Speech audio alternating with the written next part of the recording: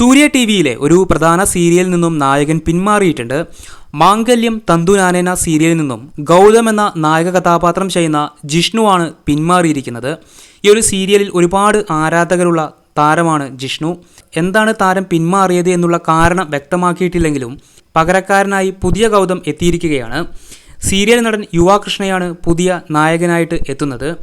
പുതിയ ഗൗതമിനെ പരിചയപ്പെടുത്തിയുള്ള ഒരു പുതിയ വീഡിയോ നമ്മുടെ നായിക ജൂലി ഹെൻറി സോഷ്യൽ മീഡിയയിലൊക്കെ ഷെയർ ചെയ്തിട്ടുണ്ടായിരുന്നു.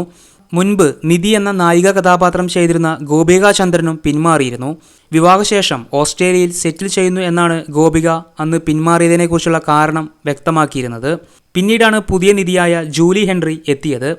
എന്നാൽ നായികയ്ക്ക് പിന്നാലെ ഇപ്പോഴിതാ നായകനും പിന്മാറിയിരിക്കുകയാണ്.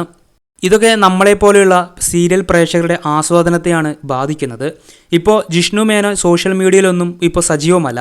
എന്നാൽ പുതിയ ഗൗതമിനെ സ്വീകരിച്ചും നിരസിച്ചുമൊക്കെ ആരാധകർ ഇതിനെതിരെ പ്രതികരിക്കുന്നുണ്ട്. എന്തായാലും നിങ്ങളുടെ അഭിപ്രായം എന്താണെന്നൊന്ന് കമൻറ്റ് ബോക്സിൽ ഷെയർ ചെയ്യണേ.